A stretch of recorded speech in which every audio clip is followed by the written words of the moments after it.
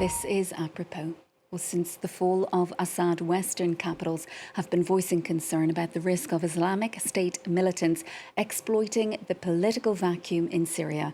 Earlier today, US Secretary of State Antony Blinken said the role of American-backed Kurdish-led forces was critical to preventing a resurgence of ISIS jihadists. Thousands of former militants are currently being detained in prisons and camps controlled by Kurdish fighters. Emily Boyle has more.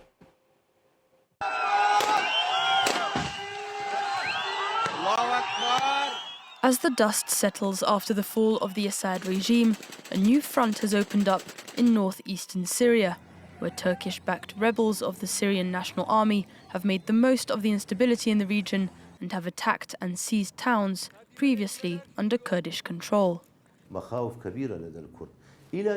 There are major concerns among the Kurds, alongside the fact that the Turkish state supports these factions and backs this project, exerting pressure for its expansion in these areas. Turkey also has factions fighting battles to this day in Manbij and Kobani, all of which align with the same context we're discussing.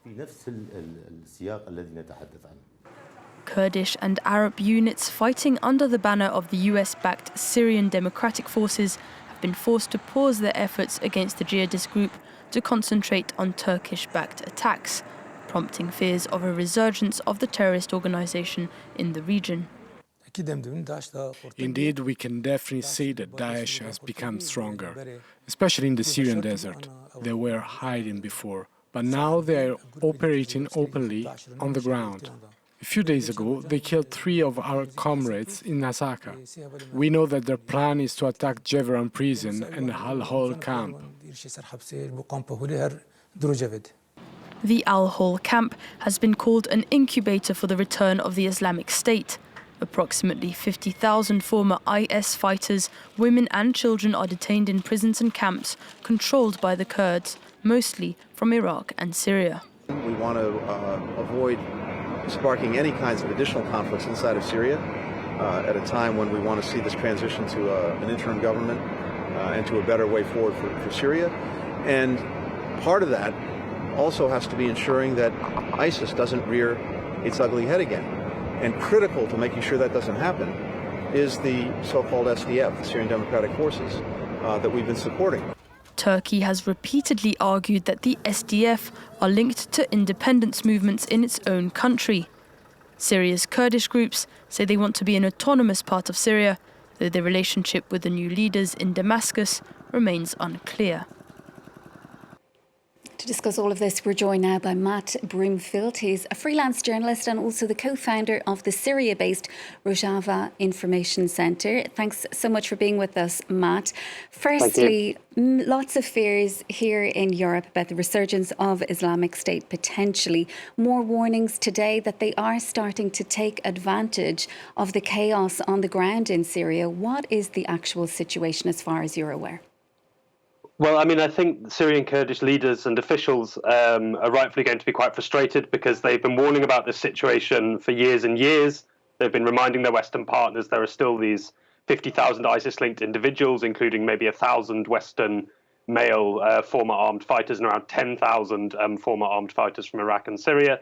They haven't gone anywhere. They've been calling on the West to repatriate their own nationals, but even more importantly, to call on Turkey to refrain from its attacks on the region, which have repeatedly caused such destabilization and allowed ISIS to continue rebuilding and regrouping.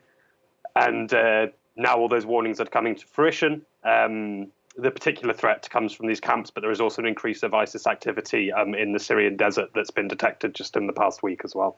And in those camps, it's not just former fighters, there's also women, there are a lot of children. What do you think is going to happen to them? Well, that's right. I mean, I think there's understandably perhaps a particular focus in the West on the Western nationals, the British nationals, the French nationals, the European nationals who are held there.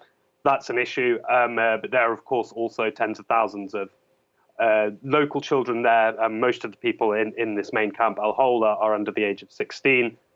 And of course, on the one hand, they're going to face the same fate as, millions of other people across this autonomous Kurdish-led region if Turkey invades, which is, airstrikes, displacement, chaos.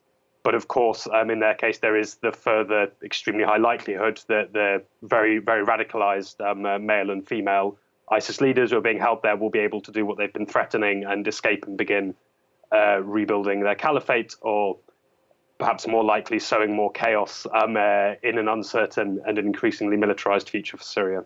And Matt, this week we've seen a lot of focus on, the new government, interim leaders appointed in Syria, about the situation for asylum seekers and would-be asylum seekers. But there are also clashes still happening on the ground in parts of Syria. Talk to us a little bit about what exactly is happening and where. That's right. Yeah, I mean, it's a real tragedy because the Syrian people deserve peace. They deserve a chance to build a new Syria. And most people in Syria, and indeed most armed and political forces in Syria, want that. The Kurdish-led administration has expressed its willingness to work with the new leadership in Damascus. And indeed, there have been some indications of restraint between HTS, who've now taken over in Damascus, and the Kurdish-led forces. There are negotiations indirectly underway through the Americans.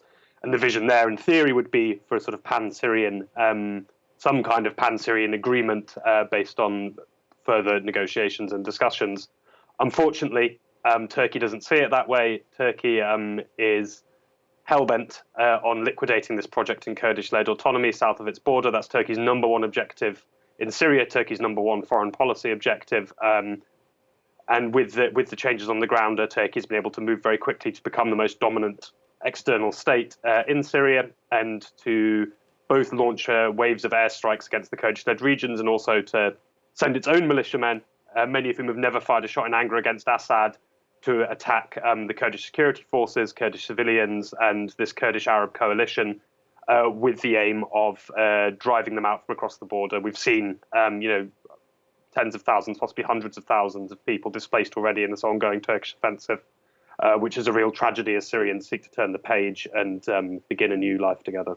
And talk to us a little bit more about the predicament that the Kurds are facing in Syria. As you say, they never fully sided with Assad nor the rebels. So what exactly does the future hold for them? Are they going to have a place in post-Assad Syria, do you think?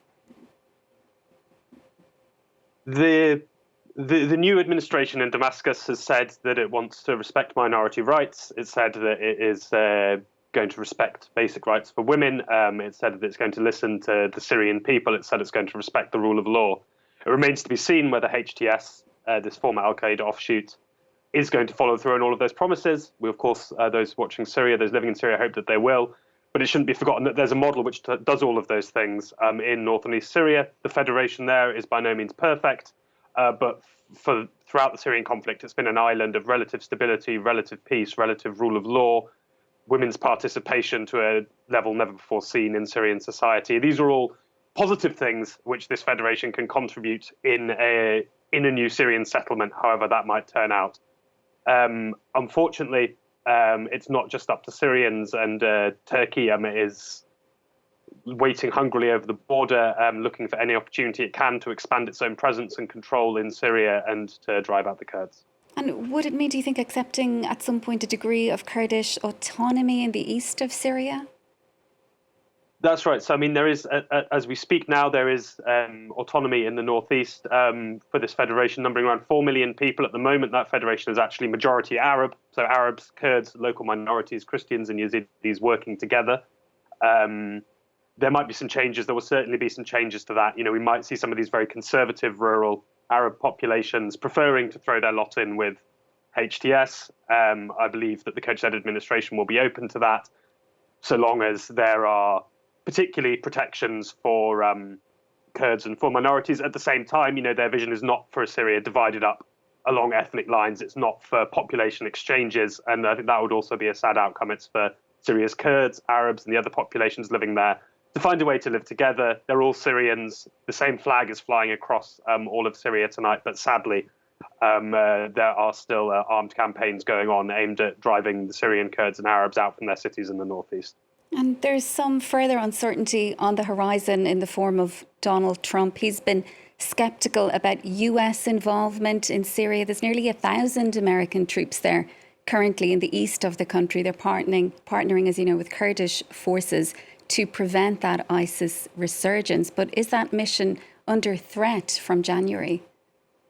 It's under profound threat. So, I mean, I was based in Syria for several years, including in 2019, when, as people might remember, Donald Trump sought to pull those US troops out of the Kurdish regions, and that immediately opened the way in a matter of days to a devastating Turkish invasion, airstrikes across the border, the death of hundreds of civilians, the displacement of hundreds of thousands of civilians. That was eventually halted following intense internal pressure from the Pentagon in America, who urged Donald Trump to recognize that this was not a sensible policy. This didn't serve American interests. This was only going to sow more instability in the Middle East and therefore hand a boon to many countries who are not particularly friendly to America.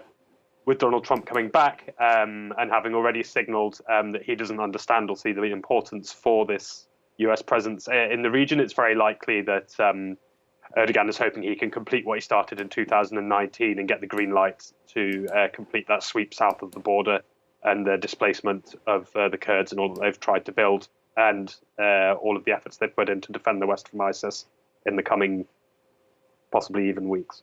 And just finally, Matt, we saw it today as well, the interim leaders in Syria promising, to make changes to suspend Parliament and the Constitution for 3 months. If we look a little bit further ahead, what are you expecting? Are you expecting elections, or what do you think is going to happen in terms of when that interim government might give way to something else, something more permanent?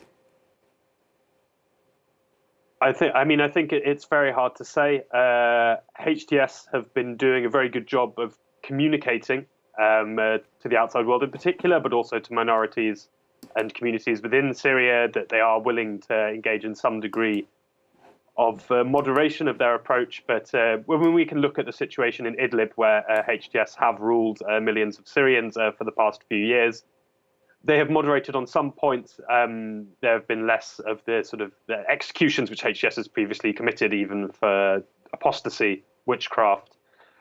In the past, there have been less of the violent attacks on minorities that HTS has conducted.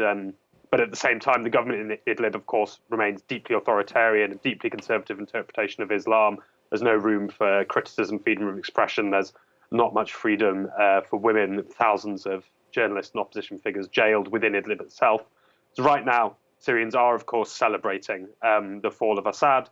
And there is, of course, a general sense that HTS are in a position to provide something better to Syrians than what was under Bashar Assad, but it will need, firstly, consistent pressure and engagement from regional states, also from Western states, and it will also need the participation of all Syrians, including the Federation in the northeast, to make that a possibility. Matt, thank you so much for all of that analysis and that insight. Thank you so much for being with us this evening. That's Matt Broomfield. He's co-founder of the Syria-based Rojava Information Centre. Do stay with us. We'll be back